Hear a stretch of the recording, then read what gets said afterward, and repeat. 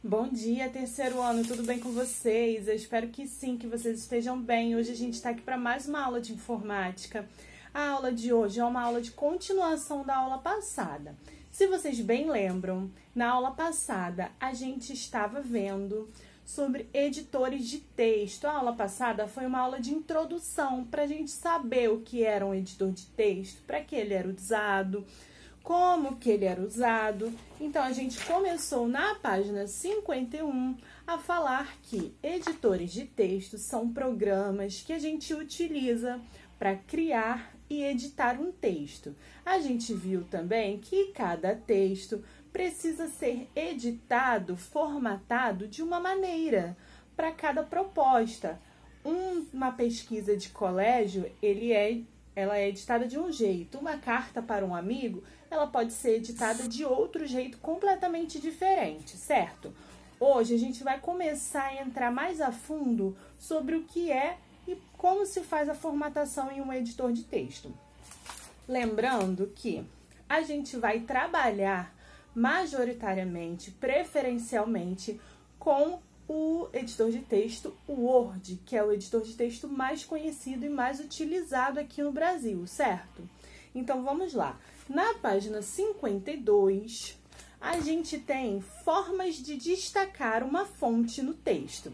O que seria uma fonte? A gente chama de fonte a letra que a gente está utilizando para escrever.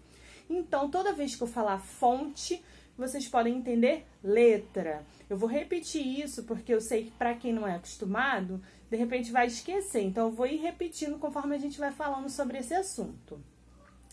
Sabemos que no editor de texto podemos modificar o tipo e o tamanho da fonte. Essa seria uma maneira de destacar as palavras no texto. Então, assim como numa folha de papel a gente tem como destacar as palavras num texto, utilizando uma cor diferente, uma canetinha, sublinhando, botando uma letra mais deitada ou uma letra de forma, no Word a gente tem formas de fazer isso. Aí, continuando o texto aqui do livro. A maneira mais prática de destacar as palavras num texto é usando o estilo negrito, itálico e sublinhado. E aqui no texto mesmo, vocês já vão ter como perceber o que significa cada um deles. Negrito, você vai ver que a letra fica mais escura, por isso negrito. Então, assim ficaria essa mesma fonte, essa mesma letra em negrito. A gente tem o estilo itálico, que seria uma letra mais posicionada mais de lado, mais deitadinha, ó. Você vai ver que em relação a essa letra aqui de cima, essa de baixo tá mais deitadinha. E o estilo sublinhado, que é aquele estilo de letras que tem uma linha por baixo. Aí, continuando, podemos também fazer uma combinação dos três estilos. Então, você pode usar ao mesmo tempo negrito, itálico e sublinhado. Então, nesta frase aqui, tem um exemplo disso. Uma frase que está em negrito, também em itálico e também em sublinhado, certo? Continuando. Alinhamento do texto. Outra função importante que encontramos nos editores de texto é o alinhamento. Como o próprio nome diz, ele nos auxilia a organizar as linhas dentro de um texto. Então, o posicionamento é a posição, o alinhamento, desculpa, é a posição que o texto vai ficar na folha. Então, a gente tem aqui alinhar à esquerda, alinhar à direita, centralizar e justificar. Então, você vai ver, ó, que alinhar à esquerda quer dizer que o meu texto vai estar mais para o ladinho da esquerda. Ele vai estar sempre começando nesse lado aqui e vai estar mais jogado para o lado da esquerda. Alinhar à direita quer dizer que o meu texto vai estar sempre começando aqui para a direita e ele vai estar, a maioria dele, para a direita. Centralizado, vai estar posicionado todinho no centro. E justificado quer dizer que ele vai estar utilizando todo o espaço disponível da folha, sem deixar nada em branco. Tá vendo? Aqui quando a gente alinha para um lado ou para o outro, as linhas não ficam retinhas, não fica uma margem certinha no texto. No justificado fica tudo alinhadinho em todas as bordinhas da página.